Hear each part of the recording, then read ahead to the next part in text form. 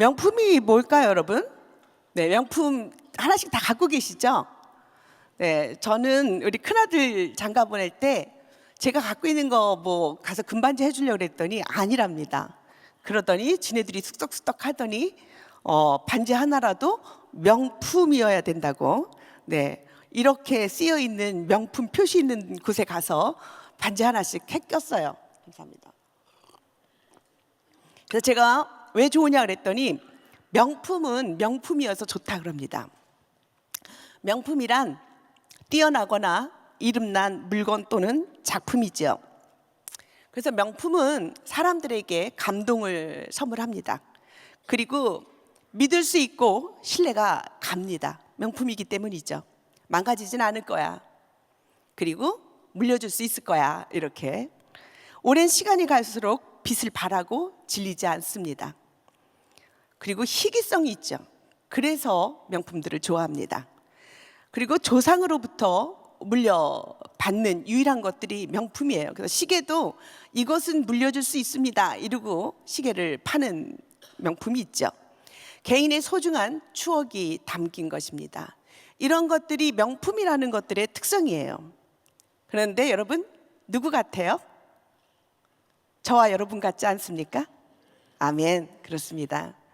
저는 세상에서 지치고 힘들 때 제가 어떤 존재인가를 거울 보고 생각하면 힘이 납니다.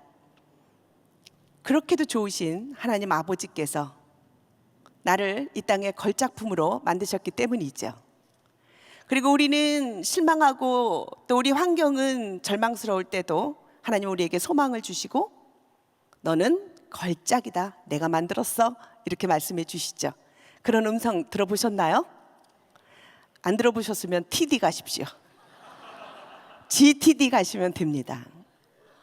정말 3박 4일 동안 저는 하나님의 그 운행하심을 보았고 또 하나님이 제 인생을 저 17살 때 주님 만났거든요. 그리고 제가 지금 66세가 됐어요. 세월이 되게 빠르죠. 왜 이렇게 세월이 빨리 가는지 모르겠어요. 마음은 청춘인데요. 근데 이번 TD에서 첫날부터 하나님이 17살 때 제가 주님을 영접했던 그 순간부터 제가 그 전공을 선택하고 제 사명을 받을 때 저는 100일 기도해가지고 전공을 선택했거든요. 좀 특이하죠.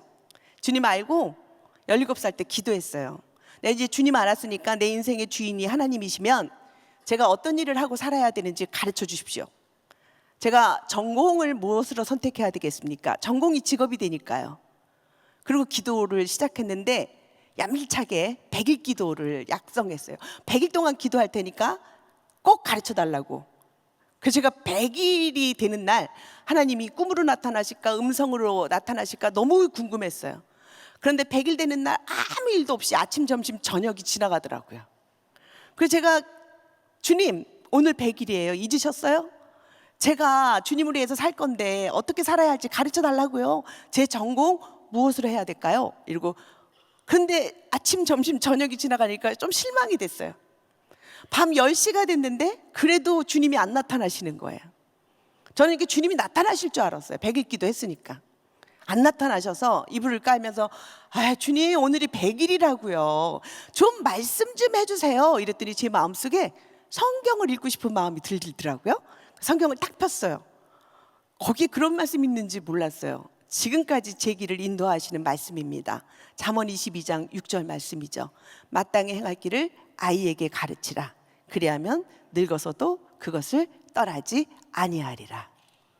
그래서 제가 교육학을 선택하게 됐고 교육으로 평생을 사는 사람이 되었습니다. 그런데 저는 아들이 셋이거든요. 제가 강의하고 올 때거나 세미나를 꼭 아들들이 같이 들어요. 오늘도 여기 너무 오고 싶어하는 우리 큰아들이 제가 실수를 해가지고 스케줄을 꼬이게 해서 다른 교회랑 동시에 제가 한국에 있을 때 전화 받고 날짜를 잘못 계산해가지고요. 동시에 다른 교회 하나를 제가 이렇게 잡아놔서 저희 큰아들이 그 교회로 세미나를 저 대신 갔습니다. 근데 이렇게 제 강의를 꼭 저희 아들 셋이 번갈아 가면서 꼭 같이 뒤에서 들어요. 제가 어렸을 때부터 그렇게 가르쳤기 때문이에요. 그런데 어렸을 때 안 가르치면 커서 안 하죠. 근데 우리 아들들이 꼭 제 강의를 듣고 나면 엄마는 좋겠어. 왜? 엄마는 세미나 하거나 강의할 때 되고 가르칠 때 보면은 너무 이렇게 속에서부터 기뻐하는 것 같아. 자기가 기뻐하는 길을 그렇게 찾을 수 있는 것도 진짜 소중한 거예요. 엄마는 좋겠어. 이런 얘기를 저희 아들들이 꼭 해요. 그러면 제가 그래요. 나도 몰랐던 길인데 하나님께서 가르쳐 주셨어. 정말 17살 그 소녀의 기도를 들으시고 그 밤 10시에 성경 보고 싶은 마음을 들게 하셔서 음성이 아니고 너는 이것을 하거라 이렇게 나는 나올 줄 알았어요. 근데 그게 아니었습니다. 하나님은 성경으로 말씀해 주셨어요. 그리고 교육학으로 박사학위를 받고 교육으로 평생 가르치고 살면서 저는 깨달아요. 나의 체질을 아시고 나의 모든 것을, 나보다 나를 가장 잘 아시는 아버지가 계시다는 게 얼마나 기쁜지요. 그런 아버지가 저와 여러분을 만드셨습니다. 그래서 우리는 명품이지요. 그리고 우리 자녀들도 그 명품의 인생을 살기를 바라는 것입니다. 그런데 우리가 하나님의 명품 가문이 되려면 어떻게 해야 될까요? 하나님 닮아가야 됩니다. 왜요? 하나님 명품이시기 때문에 우리 인생을 명품으로 만들려면 그분을 닮아갈 수밖에 없거든요. 그렇다면 신의 성품에 참여하는 자가 되라고 디모데 베드로후서 1장 4절에는 이렇게 말씀하십니다. 이로써 그 보배롭고 지극히 큰 약속을 우리에게 주사 이 약속으로 말미암아 너희로 정욕을 인하여 세상에서 썩어질 것을 피하여 신의 성품에 참여하는 자가 되게 하려 하셨으니. 아멘. 신의 성품에 참여하는 자, 이게 명품 되는 길입니다. 하나님 성품에 참여하는 자가 되십시오. 그것이 명품이 되는 지름길입니다. 그래서 저는 2005년에, 그러니까 지금으로부터 한 20년 전인 것 같아요. 2004년부터 준비했고 2005년 1월 7일 날 출범을 했으니까요. 20년 동안 하나님의 성품만 연구합니다. 제가 원래 박사학위는 특수교육으로 박사학위를 받았거든요. 옛날에는 뭐 유아교육, 기독교 교육, 특수교육, 정말 이 부모 교육 이런 쪽에 대학에서 그런 강의 했거든요. 그런데 하나님께서 저에게 어느 날 너의 성품을 고치고 성품을 가르치라라고 하는 그런 음성을 제가 들었어요. 이렇게 기독교 유아교육자 선교대에 제가 이끄는 그 성품 명성 세미나가 있었는데 그 모임에서요. 그때부터 성품이 뭐지? 이러고 출발했던 것이 20년 되었습니다. 성품은 무엇일까요? 성품은 사람의 됨됨이라고 서전에는 나와 있어요. 그러면 하나님이 나를 사람의 됨됨이 교육을 시키라고 하시는 건가? 그러면서 계속 추구하고 하나님이 왜 나를 성품이라는 단어를 주셨을까 하고 성품에 대해서 고민하기 시작했습니다. 성품은요, 그래서 저는 그 고민한 과정 속에서 하나님의 성품, 예수님의 성품을 이 땅의 좋은 성품의 문화로 가져가는 그 사명을 받았다고 확신하고 그 좋은 성품의 문화 확산 이렇게, 왜냐하면 저는 일반 대학의 교수로 오랫동안 있었기 때문에 크리스찬끼리만 좋아하는 것은 명품이 아니죠. 명품은 크리스찬이든 넌 크리스찬이든 다 좋아해야 되는 거죠. 그래서 그 하나님은 명품이시기 때문에 하나님의 성품이 이 땅 가운데 모든 열방 가운데 가장 뛰어난 가치가 되기를 소원하는 마음으로 성품 교육을 만들기 시작했습니다. 그래서 가장 큰 중요한 키는 하나님의 성품이 뭐지? 여기서부터 시작이 된 거예요. 하나님의 성품은 에레미야 9장 24절에 저에게 이렇게 대답해 주셨습니다. 자랑하는 자는 이것으로 자랑할지니 곧 명철하여 나를 아는 것과 나 여호와는 사랑과 정의와 공의를 땅에 행하는 자인 줄 깨닫는 것이라. 나는 이 일을 기뻐하노라. 여호와의 말씀이니라. 에레미야서 9장 24절 말씀을 보고 하나님은 사랑이시구나. 그리고 하나님은 정의와 공의 같은 말입니다. 그래서 공의로우신 분이구나. 이렇게 사랑과 공의라고 하는 커다란 두 기둥을 잡았죠. 그리고 예수님은 어떤 분이신가를, 예수님의 성품을 찾아봤더니 요한복음 1장 14절에 이런 말씀이 나옵니다. 말씀이 육신이 되어 우리 가운데 거하심에 우리가 그의 영광을 보니 아버지의 독생자의 영광이고 은혜와 진리가 충만하더라. 예수님의 성품은 은혜와 진리이십니다. 그래서 저는 이 두 가지의 하나님은 사랑과 공의, 예수님은 은혜와 진리, 이 꼭지를 가지고 깊이 묵상하면서 같은 단어라는 것을 깨닫게 돼요. 그래서 제가 만든 성품교육의 모형입니다. 특허 받았고요. 저작권도 한국 저작권, 미국 저작권까지 받아서 제가 미국에 진출한 겁니다. 하나님의 사랑, 예수님의 은혜는 현재 교육으로 가장 탁월한 가치가 공감인지 능력이라고 하는 거예요. 그러니까요, 하나님의 사랑, 예수님의 은혜는 바로 다른 사람의 아픔과 슬픔을 이해해주고 입장 바꿔 생각해 줄 수 있는 그 놀라우신 능력인 거예요. 그것을 현대 21세기 교육의 언어로 바꾸면 공감인지 능력이라고 하는 거예요. 여러분, 저는 양날개 사역을 하고 있는데요, 하나는 전혀 안 믿는 사람들에게 이 좋은 성품을 흘려보냅니다. 하나님을 모르는 사람들이에요. 그런 사람들에게는 공감인지 능력을 키워주는 좋은 성품 이루고 가면 엄마들 너무 좋아합니다. 그런데 4차 산업혁명 시대가 됐죠. 우리가 눈 깜짝할 사이에 AI와 함께 사는 시대가 됐어요. AI랑 함께 살 때 인간은 어떤 한 측면에서는 도저히 AI를 따라갈 수가 없어요. 무거운 것을 든다든지 기억력이라든지 암기력이라든지 뭐 이런 것들이 있잖아요. 통계라든지 AI 못 따라갑니다. 인간의 능력으로는. 그러나 AI가 못하는 게 있어요. 그것은 바로 공감하지 못합니다. 공감은 하나님의 형상으로 지으신 걸작품들, 명품인 우리들만 할 수 있습니다.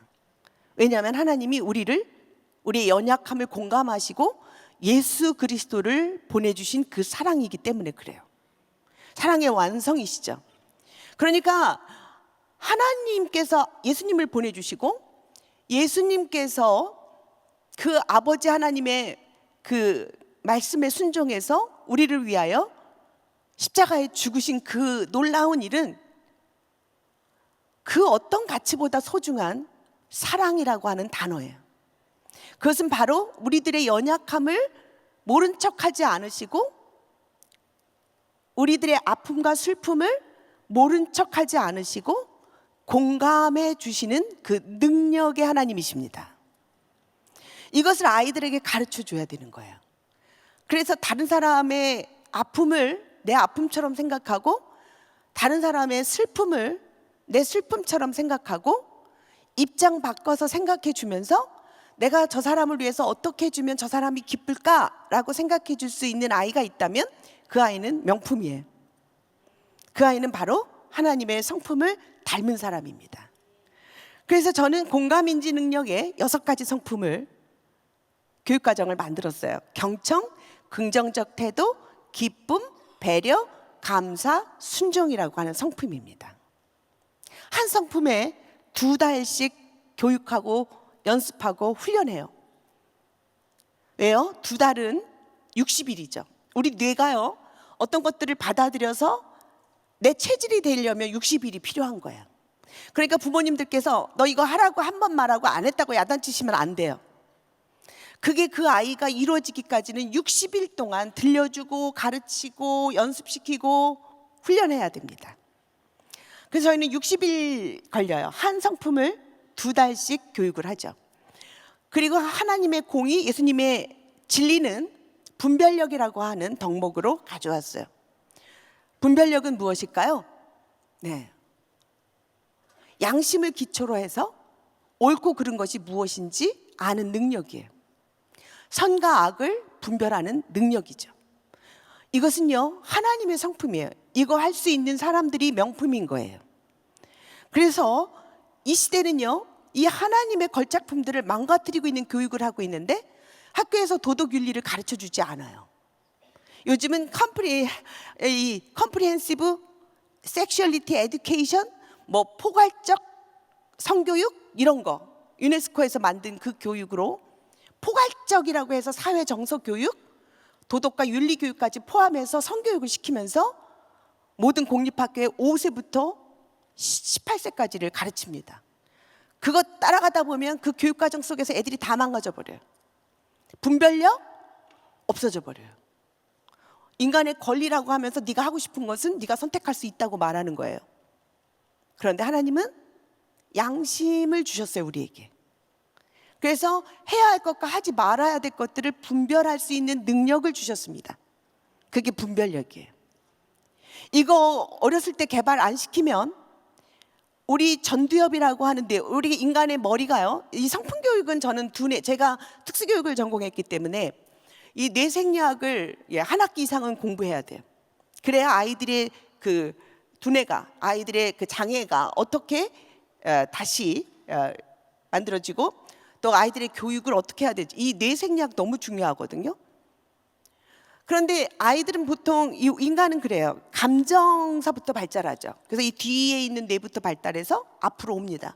전두엽이죠. 이 전두엽은 인간됨의 기초예요. 이 전두엽이 발달되지 않으면 옳고 그름을 이렇게 분별하지 못해요. 그래서 이 옳고 그름을 분별하는 능력은 가만히 놔두면 애들이 스스로 깨닫는 것이 아니라 가르쳐야 되는 거예요. 옳고 그름을 가르쳐 줘야 분별력이 생겨서 이게 선한 것이고 이게 악한 것이다라는 것을 알게 되는 거죠. 그런데 이것을 제일 먼저 활성화될 때가 유아기예요. 그래서 유아기의 성품교육 너무 중요하고요. 그래서 이 사춘기까지 두뇌가 거의, 우리가 이 전두엽이 한 25세 정도가 돼야 완성이 되거든요.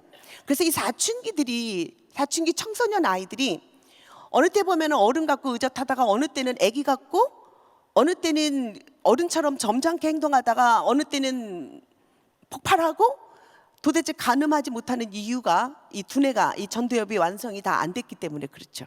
그래서 우리가 기다려줘야 되고 계속 우리는 가르치고 좋은 경험으로 그 아이들이 좋았던 것들이 모여서 아이들의 가치관이 되기 때문에 아이들의 영원한 가치관이 될 수 있도록 우리는 이 전두엽에 계속 옳고 그름을 잘 경험시키도록 해줘야 되는 것이죠. 그래서 이 분별력은요, 바로 하나님의 공의를 가르쳐 주는 것이고, 그리고 예수님의 진리를 가르쳐 주는 것입니다.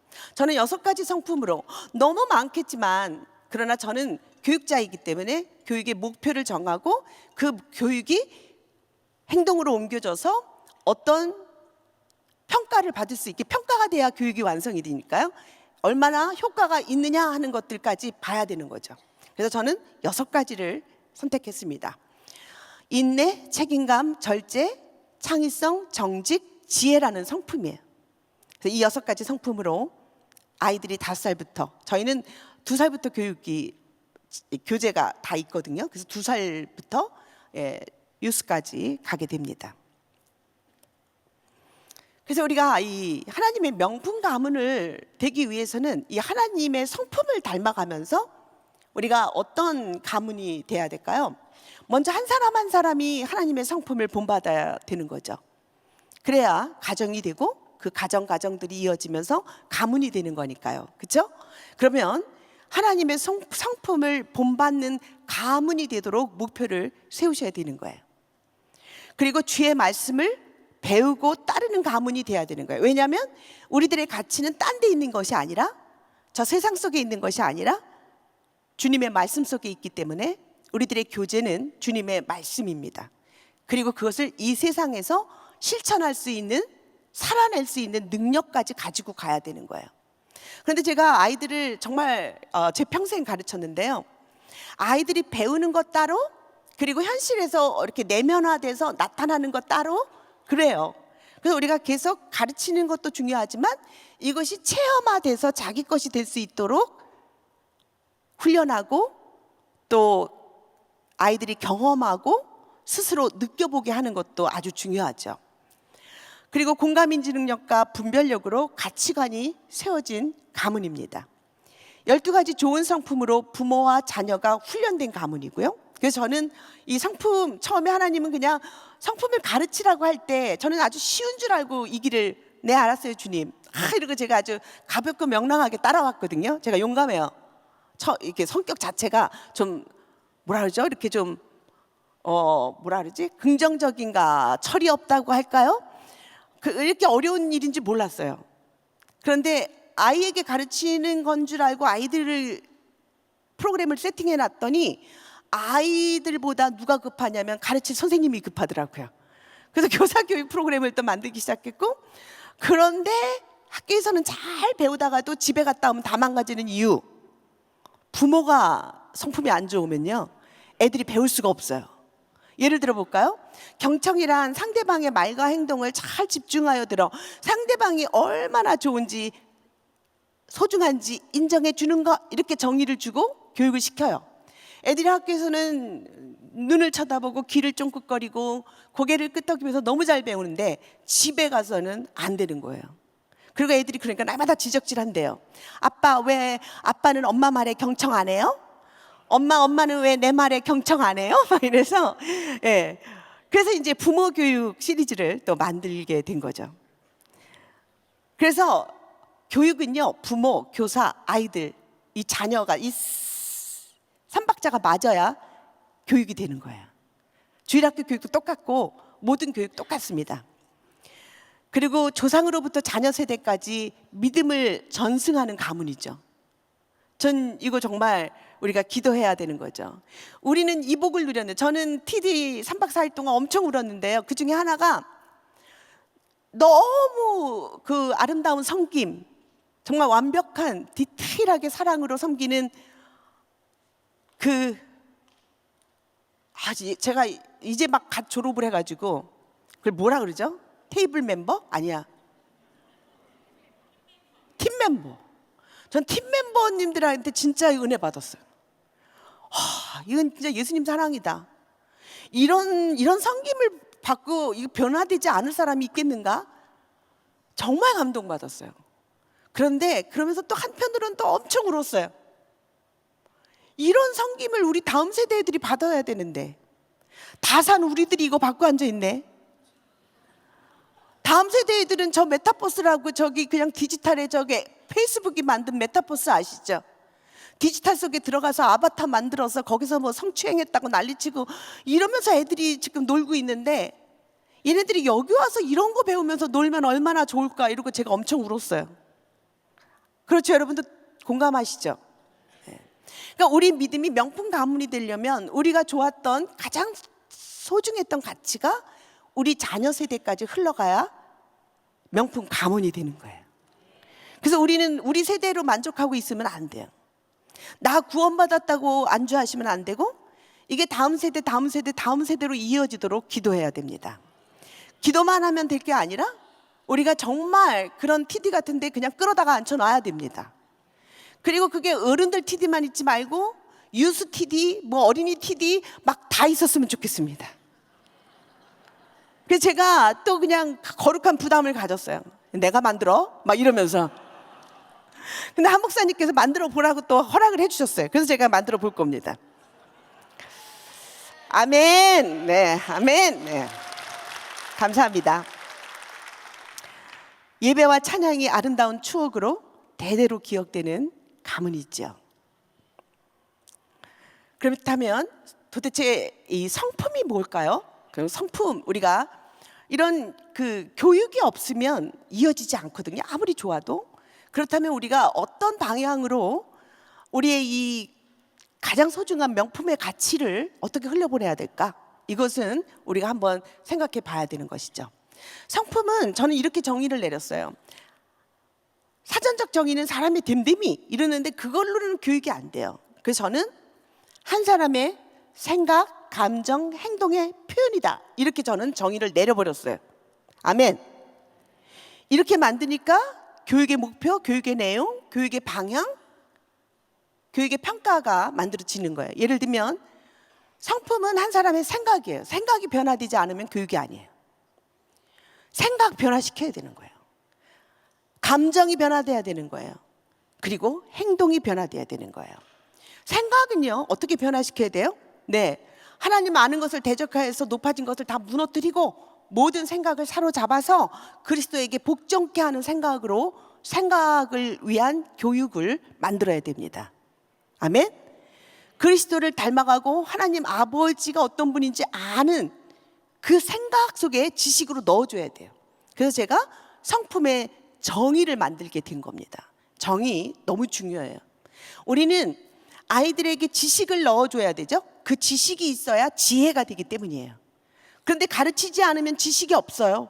지혜로 나갈 수 건덕지가 하나도 없는 거죠. 그래서 부모들은 생각을 변화시킬 수 있도록 성경 속에 하나님의 지식을 넣어줘야 되는데, 저는 이 성품이기 때문에 성경 안에 있는 하나님의 성품을 하나하나 정의를 만들어서 넣어준 거죠. 그리고 감정입니다. 감정은요, 사실은 감정의 정의는 자극에 반응하는 거거든요. 근데 사실은 자극이 왔을 때 본능적으로 분노, 소리 지르고 두려움, 열정, 기쁨, 이런 거 있잖아요. 다 할 수 있어요. 파충류도 해요. 파충류는 자극이 오면 팍 물어버리죠. 근데 인간도 그런 파충류 뇌를 갖고 있는 사람이 있어요. 자극이 오면 팍 터져버리는 사람. 그죠? 그래서 이 필링보다는 성품 교육은, 하나님은 우리에게 인격체이시기 때문에 지정의가 있거든요. 그래서 우리가 이 감정 속에 이 이성의 영역을 넣어서 자극이 확 왔을 때 반응이 팍 하는 것이 아니라 스탑, 멈추고 think, 생각하고 choose, 선택해서 가장 귀한 가치를 선택해서 행동하는 능력을 넣어줘야 되는 거예요. 그러니까 아이들이 옛날에는 배우지 않았을 때는 떼글떼글 굴고 소리 지르고 고래고래 지르고 자기 욕구가 안 달성되면 난리 친다. 아유, 애기니까 그럴까요? 안 가르쳐서 그런 거예요. 그래서 그 아이들에게 스탑, 멈추고, 네가 때를 쓰고 말하면 엄마가 들을 수가 없어. 울음 멈추고 가장 예쁜 모습으로 다시 말해봐. 이럴 때 아이들이 자기 모습을 가다듬는 것처럼 스탑, think, choose는 우리가 이렇게 좋은 성품을 선택할 수 있는 아주 좋은 지름길이죠. 그래서 이 감정에다가 이성을 집어넣으면요, 이게 다 생각 아닙니까? 하나님은 우리에게 정말 고귀한 가치를 넣어주셨는데, 만물의 영장으로 생각하고 묵상하고 이렇게 생각할 수 있는, 다른 동물하고 달리 성찰해 볼 수 있는 그런 힘을 주셨거든요. 그런데 어른이 되어도 내가 화가 나면 폭발하고, 알지 나 뒤끝 없는 거 이러고, 뒤끝은 없어도 상처는 남는 거죠. 그래서 이 명품 가문이 안 되는 거예요. 분노 조절이 안 되고. 그런데 이런 사람들이 복음을 안다. 이런 그 감정이 조절이 안 될 때 복음을 방해하는 요소가 되죠. 그리고 가장 적나라하게 보여지는 게 가정이기 때문에,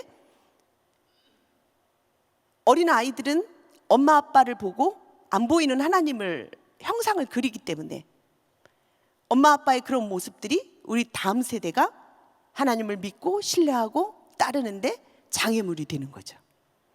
그래서 이 감정에다가 이성을 집어넣으면 감성이 돼요.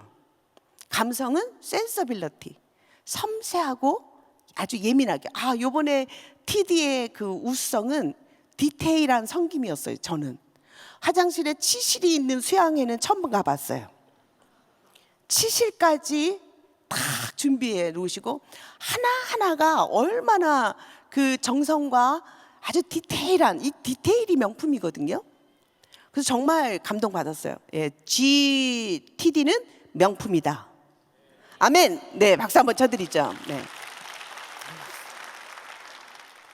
그리고 이제 행동의 영역이죠. 행동은 나타내는 영역이고, 우리의 그 교육의 평가의 영역이죠.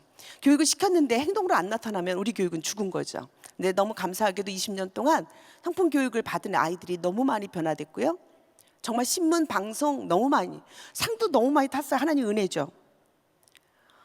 행동이 변화돼요. 그리고 이혼했던 가정도 이 성품 교육으로 다시 합치거나, 심지어는 4년 동안 이혼해서 따로 살던 엄마 아빠가 애들이 일주일마다 왔다 갔다 엄마 집 아빠 집 하면서 경청, 기쁨, 감사, 배려 이러면서 배우는 것들을 이렇게 들여다보다가 엄마 아빠가 회개하고, 우리가 서로 감사하지 못했구나 이러고 다시 합쳐진 사건이 있었어요. 감사합니다. 이게 바로 제주도에서 일어났어요. 제주도. 그래가지고 이 사례가 KBS에서 사랑을 싣고 방송으로 나가기도 했어요. 이 행동의 변화가 있어야 되죠. 그래서 이같이 너희 빛이 사람 앞에 비치게 해서 그들로 너의 착한 행실을 보고 하늘에 계신 너희 아버지께 영광을 돌리게 하라. 우리 행동이 빛과 소금의 행동으로 나타나야 됩니다. 그렇다면 좋은 상품은 무엇일까요? 저는 좋은 나무 상품학교 이렇게 적거든요. 근데 많은 사람들이 좋은 나무학교, 우리 한 목사님은 굉장히 똑똑하신 거예요. 좋은 상품학교 이렇게 말씀하신 건 아주 우수하신 거예요. 근데 사실은 좋은 나무 상품학교예요. 근데 이게 너무 길어가지고 좋은 상품 나무학교 이렇게 말씀하시는 건데요. 그런 분이 많으세요. 근데 사실은 마태복음 7장 17절인가요? 좋은 나무마다 아름다운 열매를 맺나니. 좋은 나무는 아름다운 열매를 맺습니다. 아름다운 열매는 우리들의 성품이 바로 열매예요. 그래서 사람들은 우리들이 맺는 이 성품들을 보고 좋은 나무인지를 보는 거죠. 열매가 나쁘면 우리가 아무리 복음을 전해도 네가 하는 말 너나 잘해라 이렇게 되죠. 그래서 우리는 좋은 나무가 돼야 되는 거죠. 그래서 좋은 성품의 열매를 맺어야 돼요. 그러면 이 굿 캐릭터, 좋은 성품은 뭘까요? 좋은 성품을 가르치는 사람이라고 하니까요. 이렇게 양보도 잘하고 착하고 자기 있는 거 다 남 갖다 줘야 되고 그런 줄 알고 또 참아야 되고 이런 줄을 아는 분도 되게 많아요. 그런데 좋은 성품은 갈등과 위기 상황에서 더 좋은 생각, 더 좋은 감정, 더 좋은 행동으로 문제를 해결하는 능력이에요. 아멘. 이게 좋은 성품이에요. 저는 좋은 성품은 바로 믿음이라고 생각해요. 근데 우리 아이들에게 믿음이다 이렇게 가르치기가 어려우니까 좋은 성품은 내가 갖고 있는 갈등과 위기에서 더 좋은 생각을 하는 거예요. 더 좋은 감정을 하는 거예요. 더 좋은 행동을 해서 그 문제를 해결하는 능력인 거예요. 그래서 저는 이것을 이렇게 가르치다 보니까 결국은 좋은 성품은 좋은 영성인 거예요. 한나가 그랬잖아요. 정말 자기가 해결할 수 없는 문제에 이르렀잖아요. 아기를 낳을 수 없는데 아기를 낳아야만 하는 상황인 거예요. 그는 어떻게 했어요? 하나님께로 갔어요. 그리고 기도함으로 그 문제를 해결했어요. 이거는 영성이에요. 그리고 이것은 좋은 성품이에요. 그리고 우리가 말하는 좋은 성품은 궁극적으로 그분을 닮아가는 것이기 때문에 우리가 그 상황 속에서 우리가 이 좋은 성품을 선택하는 훈련을 함으로, 그래서 이렇게 나중에는요 안 믿는 사람들도 굉장히 금방 변화가 돼요. 이게 믿음으로 딱 바뀌어지면 이렇게 돼버려요. 그래서 우리가 이 믿음은 바로 좋은 성품입니다. 그래서 우리의 어려움에서, 우리의 좌절에서 우리의 생각, 감정, 행동을 변화시켜서 그 문제를 해결하죠.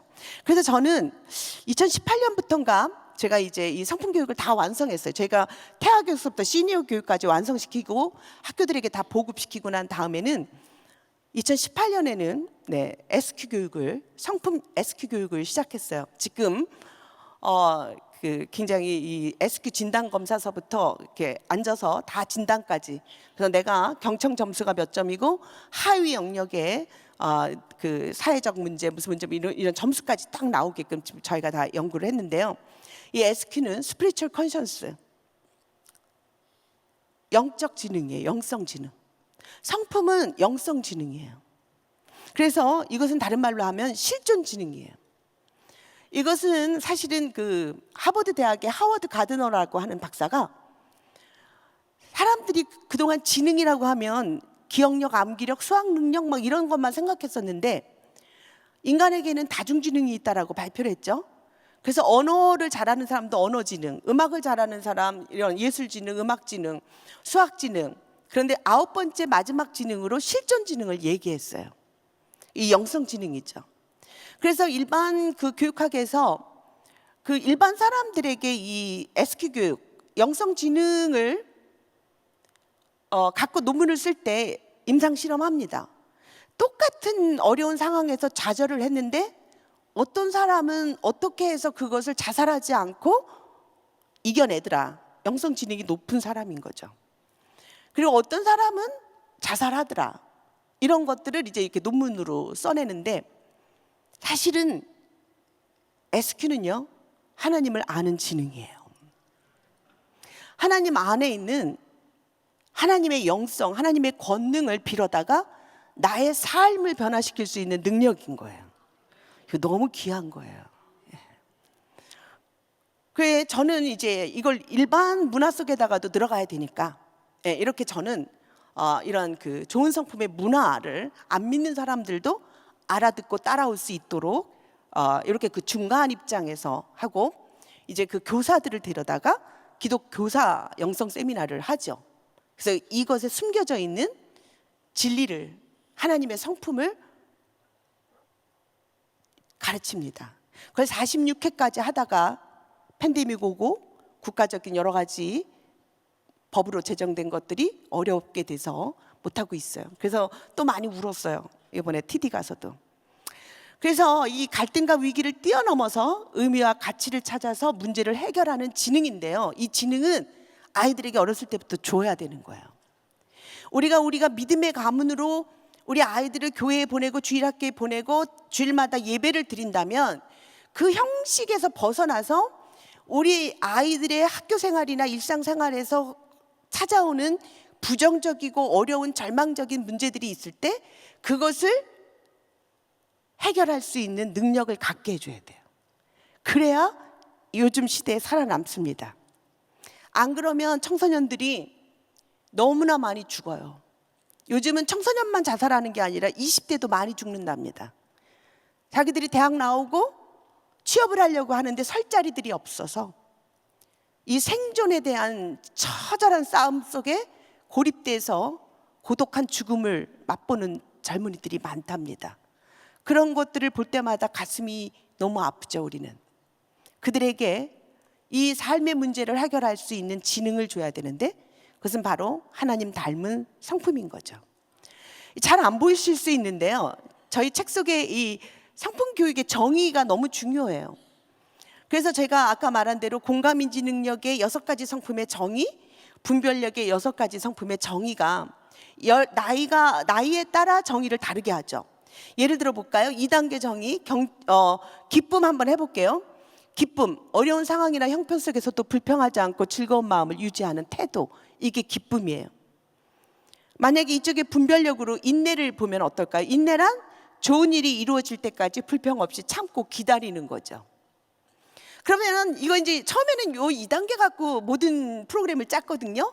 그랬는데 영화부에 가가지고 2살짜리가 이걸 외우려니까 애들이 발음이 꼬이는 거예요. 아예 상황이나 형편하겠다 막 이래가지고 제가 그 모습을 보고, 근데 막 학교에서는 그거 찍어가지고 올리더라고요. 본부에다 막 보내면서 우리 막 2살짜리가 기쁨의 정의를 외워요 할렐루야 이러고 보내는데, 저는 그걸 보면서 가슴이 너무 아팠어요. 내가 정의를 너무 어렵게 만들었구나.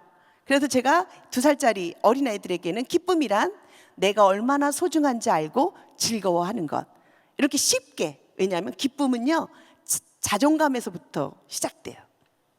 내가 얼마나 명품이고 내가 얼마나 걸작품인지 이것을 아는 순간부터 아이들의 인생은 바뀝니다. 그런 사람들은 2단계의 기쁨을 어려운 상황이나 형편 속에서도 좌절하지 않고 자기를 지켜내요. 저희 연구소에 그 성품 대화학교, 성품 치유학교, 성품 훈계학교 이런 세미나 하는데 어떤 분이 오신 거예요. 연세가 좀 지긋하게 잡수셨어요. 권사님 같은 느낌? 한 70세 되신 분이에요.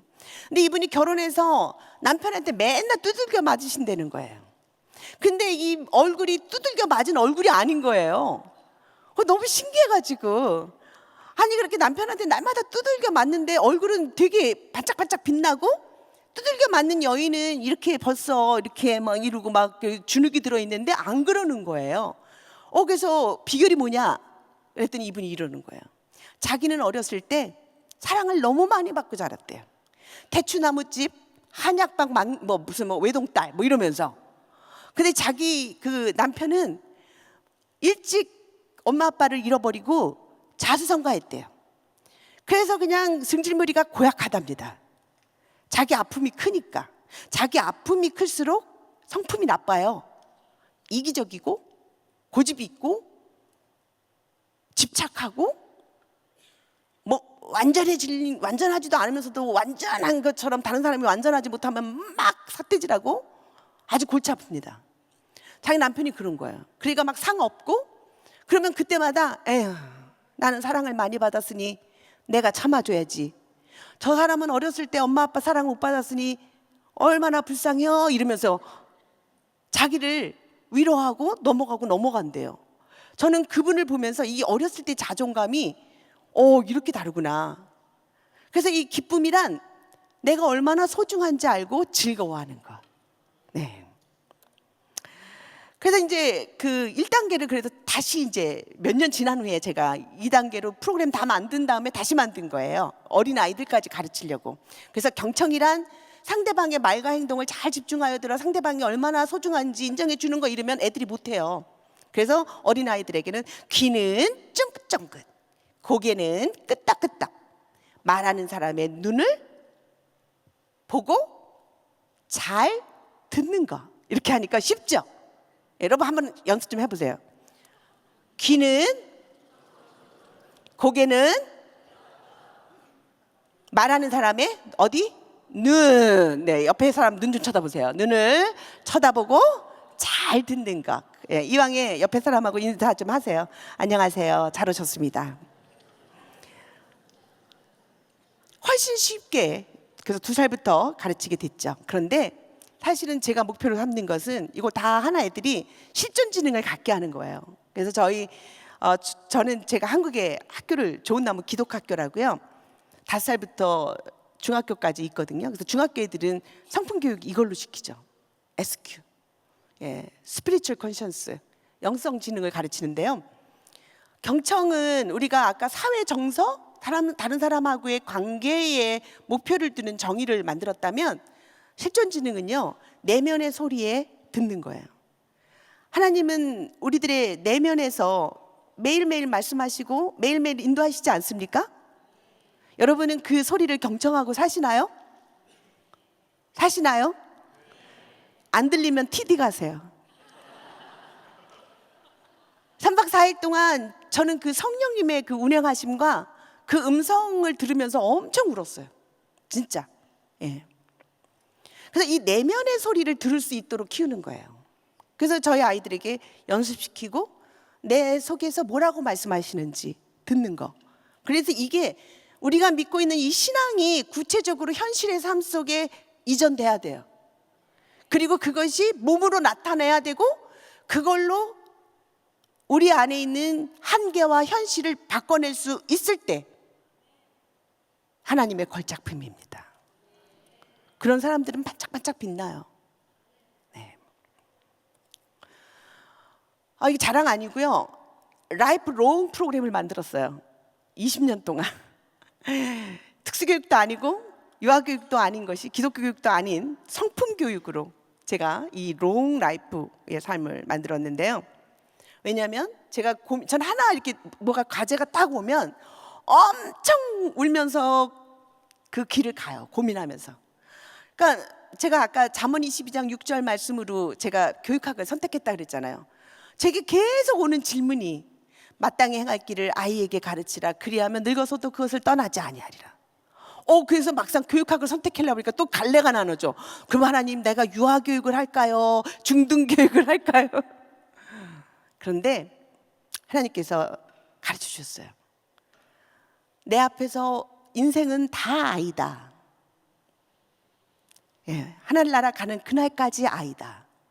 그래서 제가 이 성품교육으로 롱 라이프 삶, 그러니까 평생교육을 만들게 된 거예요. 태아교육, 영아교육, 유치, 초등, 시니어 교육까지. 근데 굉장히 복을 주셔가지고 뭐 상이란 상은 막 정말 하나님께서 영광을 주셨어요. 막 제 책이 문화관광체육부의 그 장관상을 타가지고 세종도서 학술도서로 선정이 3개인가 4개가 그렇게 됐어요. 그래서 1,000만 원씩 상금도 4번 탔어요. 그리고 교육부에서 또 제가 이걸 2005년부터 했는데 2015년, 16년 박근혜 대통령 때 막 인성교육법이 막 만들어가지고 막 인성교육을 막 학교에서 하라는 거예요. 저는 10년 전부터 했는데 그러니까 뭐 저는 뭐 교육부 장관상부터 우수 인성 프로그램 선정되고 뭐 참 하나님께서 참 하나님 말씀 따라 살면 손해 하나도 없더라고요. 감사했어요. 그래서 이렇게 평생 교육을 만들게 된 거죠. 그러면 좋은 성품의 명품 자녀를 9시까지 하라 그러셨는데 끝나야 될 것 같은데 어떡하죠, 목사님? 근데 사실 저한테 좀 늦게 시간을 주셨어요.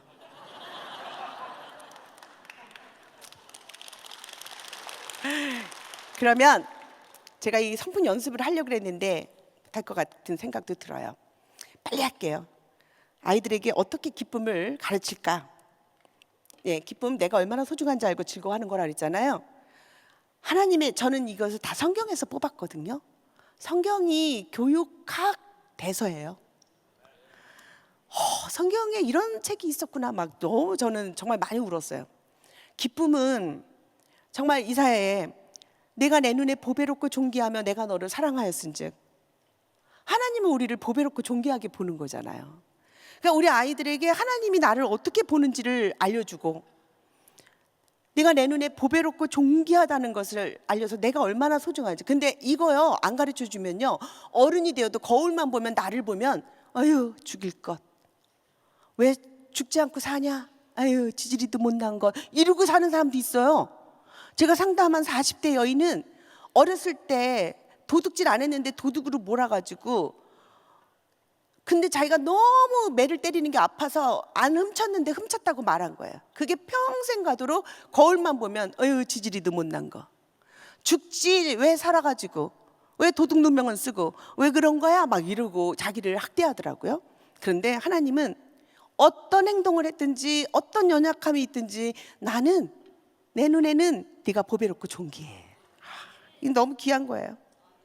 절제는요, 내가 하고 싶은 대로 하지 않고 꼭 해야 할 일을 하는 거예요. 요즘 뇌생리학자들이 도파민네이션이라는 책을 써가지고 완전히 아마존 1위를 했어요. 왜냐하면 요즘 청소년 아이들이 중독으로 빠져요.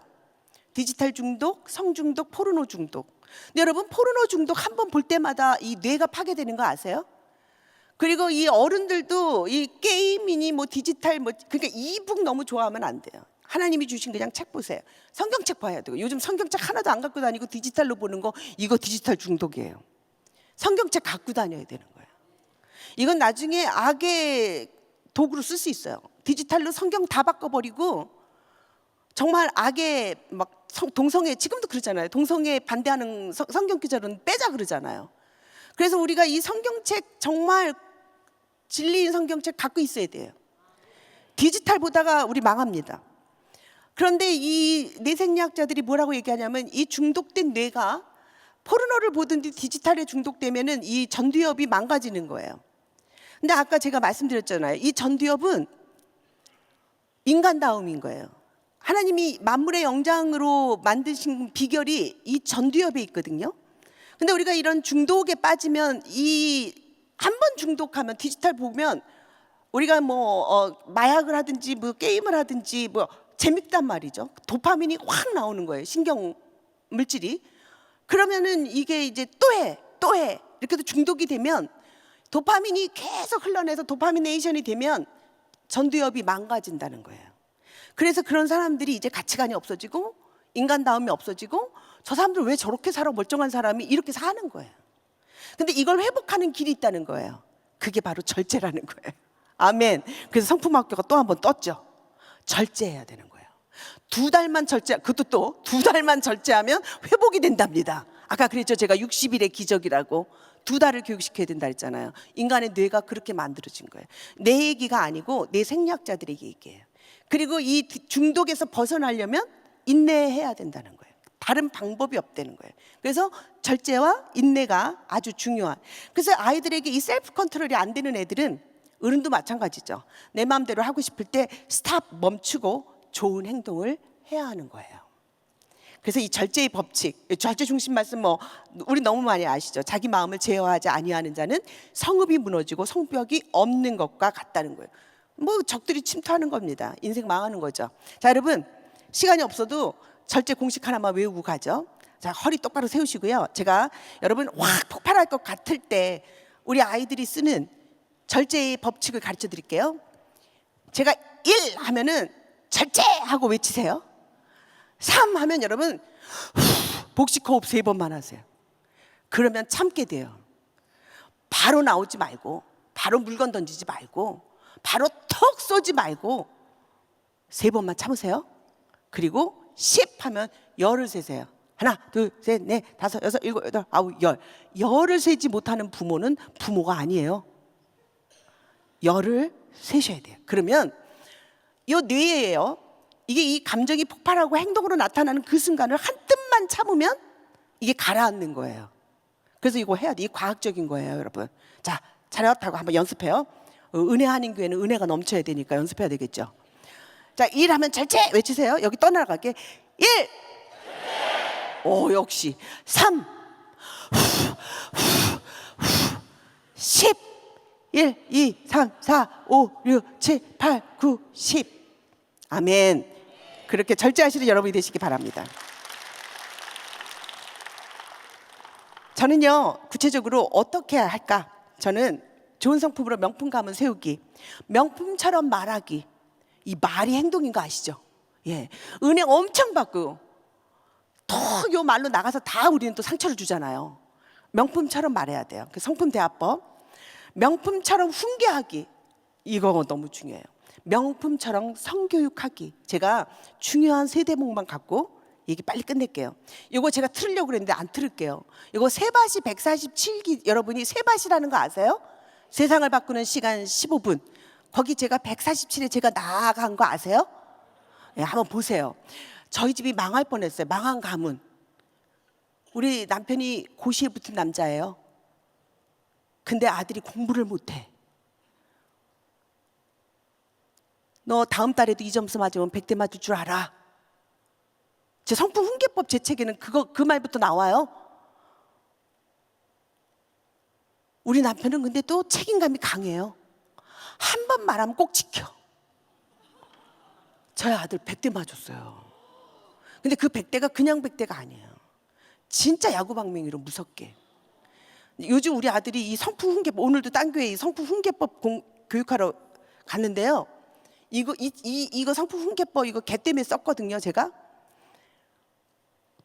이걸 가르치는 사람이 됐잖아요. 죽으려고 그랬대요. 자살하려고 그랬대요. 저는 그 뒤에 사건은 몰랐죠. 제가 저희 아들이 얼마나 이 세바시 보면 망가진 우리 아들의 얼굴이 있어요. 그런데요, 제가 이 성품 교육으로 정말 저도 잔소리 오죽했겠어요. 교육을 전공했으니 제가 정말 미안하다고 말했고요. 회개했어요. 그 아이가 성품 교육으로 바뀌기 시작했는데 그렇게 공무원 돼서 100대 맞은 애가 버클리 로스쿨 LLM까지 나왔어요. 그러니까 인간이요 참 어리석어요.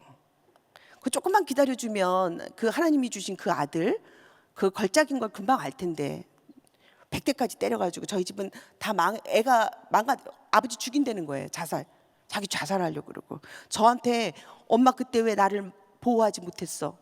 근데 제가 결혼할 때 이상한 약속을 했어요. 엄마 야단치면 아빠 가만히 있게, 아빠 야단치면 엄마 가만히 있게.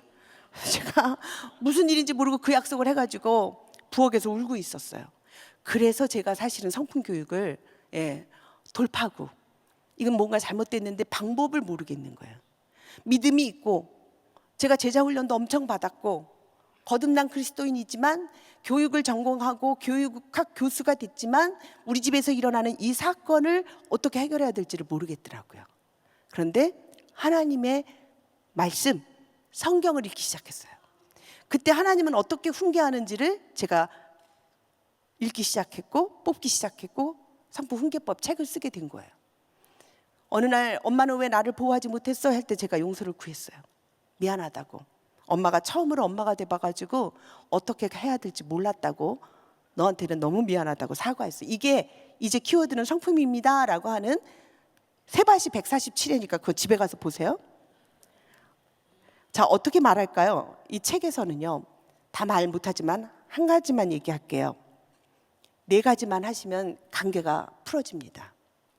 먼저 존재에 대한 감사를 시작하세요.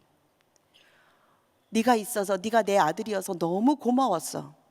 너 없었으면 엄마 인생 못 살았을 거야. 네 존재가 엄마를 살 수 있는 힘을 줬어.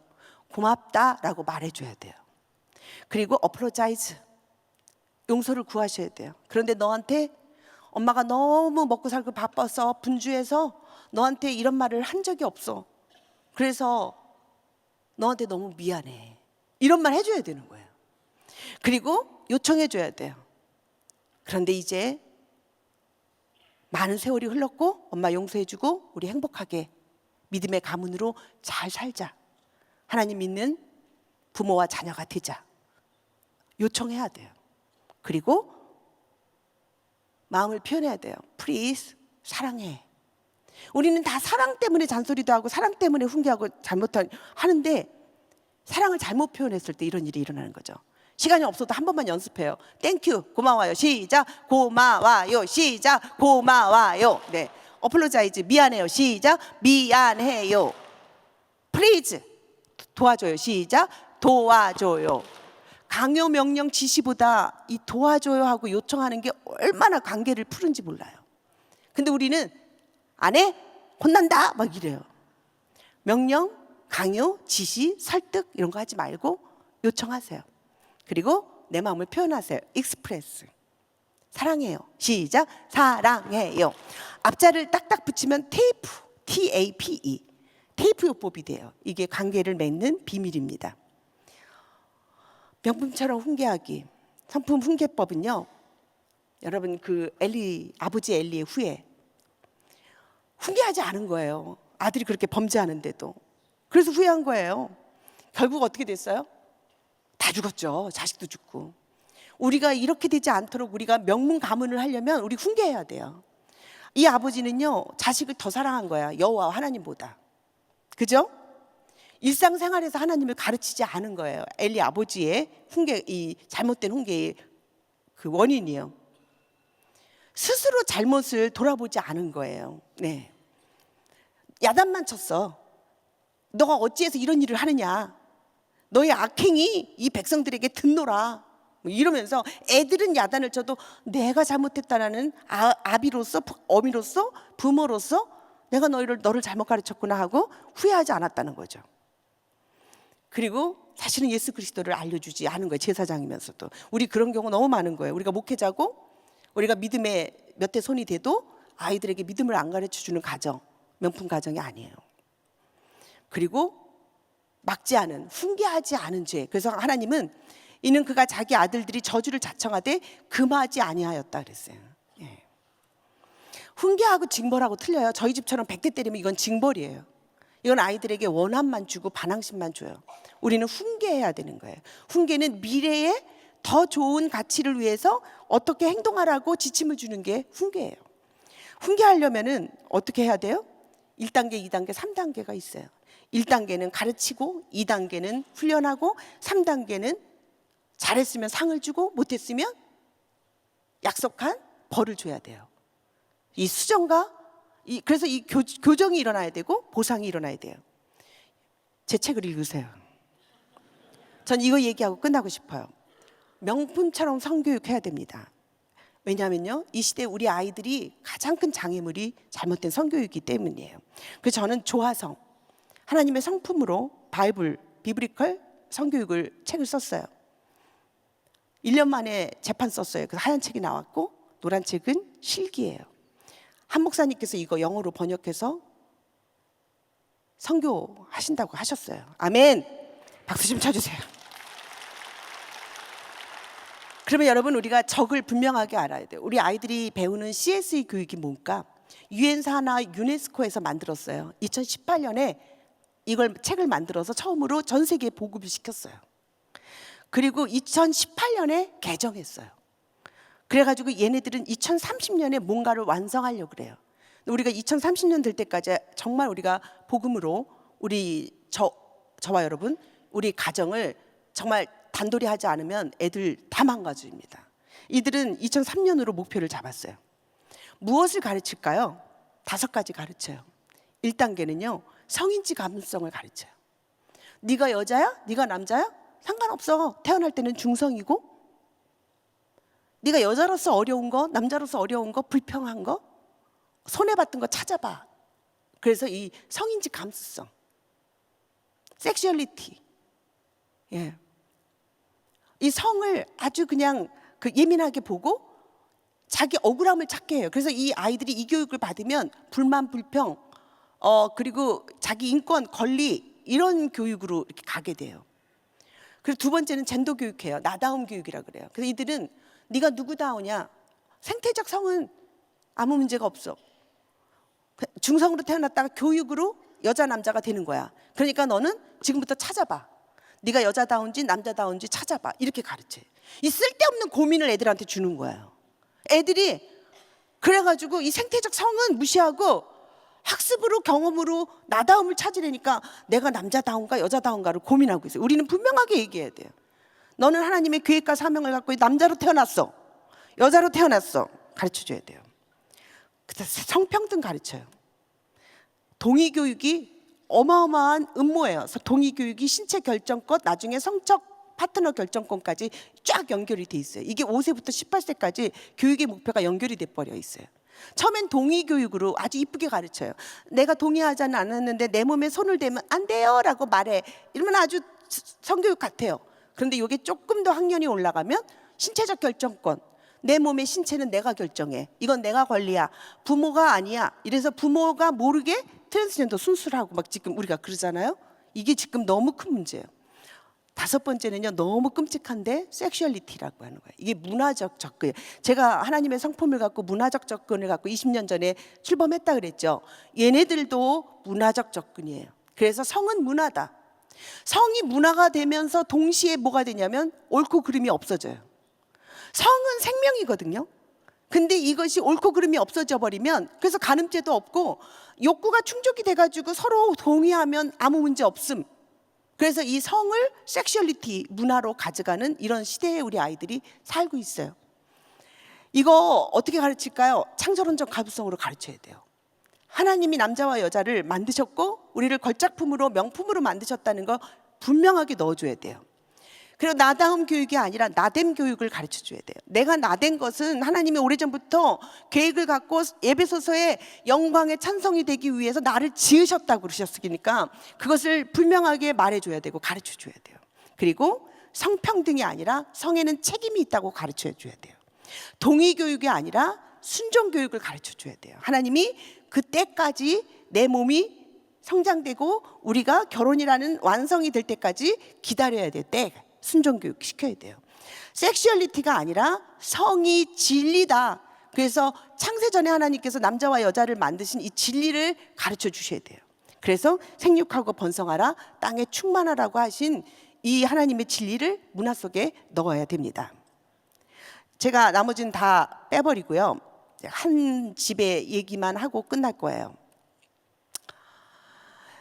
이 망하는 가문이 히엘이 여리고를 건축하는데 터를 쌓을 때 맏아들 아비람을 잃었고 성문 세울 때 막내 아들 수굽을 잃었거든요. 근데 이것은 눈의 아들 여호수아를 통해서 하신 말씀 같이 되었더라 그래요. 난 이 말씀을 읽을 때마다 소름이 끼치는 거예요. 여러분, 여호수아 6장에 나오는 얘기거든요. 그런데 500년 후에 히엘이라는 사람이 이 말씀을 까먹고 여리고성 건축하다가 큰아들 잃어버리고 작은아들 잃어버리는 사건이에요. 히엘은 하나님은 살아계시다라는 뜻이거든요. 그럼 분명히 그 가문은 하나님을 믿는 가문인데 이런 일이 벌어진 거예요. 여러분의 가문은 어떠세요? 5년 후, 10년 후, 100년 후 여러분의 가문이 히엘의 가문같이 될지 모르죠. 우린 너무 무서운 거예요. 예, 이렇게 이 아합 왕 때의 사람이거든요. 여호수아가 이거 여리고 성 건축하는 자는 하나님 앞에서 저주받을 거야. 그 기초 쌓을 때 맏아들 잃을 것이고 그 문을 세울 때 막내 아들 잃을 거야 라고 여호수아 6장에 선포하셨는데 500년 후 아합 시대 때 히엘이라는 사람이 이 말씀 잊어버리고 성전 건축하다가 큰아들 잃어버리고 막내 아들 잃어버린 사건이에요. 우리 가문이 이렇게 망하는 가문 되지 않도록. 왜 그랬을까요? 가르치지 않았기 때문에 그래요. 우리가 가르치지 않으면 망하는 가문이 돼요. 알지 못하고 알지 못하였더라. 예, 여호와를 알지 못하고 알지 못하였더라. 이렇게 사사기 2장 10절에 한탄하시는 하나님의 음성 가르치지 않았기 때문이에요. 우리는 가르쳐야 명품 가문이 이어지는 것입니다. 그래서 예수님은 마지막으로 내가 너희에게 분부한 모든 것을 가르쳐 지키게 하라. 우리가 이 말씀대로 명품 가문을 살아야 됩니다. 저 이 사람 얘기만 하고 끝날게요. 이 집은 망하는 가문이에요. 캘리포니아에서 일어난 비극입니다. 사실 이 집은 텍사스에서 살았거든요. 그런데 이 아빠가요, 의사예요, 의사. 근데 엄마가 레즈비언이라 이혼을 했어요. 애들이 왔다 갔다 일주일 하는데요. 엄마가 이 오면 둘째 아들 쌍둥이 아들인데 이 쌍둥이 아들을 여자로 키우고 싶은 거예요. 루나라고 이름을 붙이고 엄마 집에 오면 저렇게 핑크색 옷을 입히는 거예요. 그 아빠 집에 가면은 너는 아들로 태어났으니까 너는 아들이야 이렇게 된 거예요. 그런데 이 엄마가 이 루나라고 이름을 붙이고 이 아들을 성전환 수술을 하려고 하는 거예요. 이 성전환 수술은 절대로 하면 안 되죠. 정말 망가지는 거죠. 생명이 다시는 잉태할 수 없고, 이 아빠가 이걸 막으려고 막 텍사스 대법원까지 막 탄원서를 넣고 그랬어요. 그런데 대법원이 움직여지지 않았어요. 이 엄마는 애를 데리고 캘리포니아로 왔어요.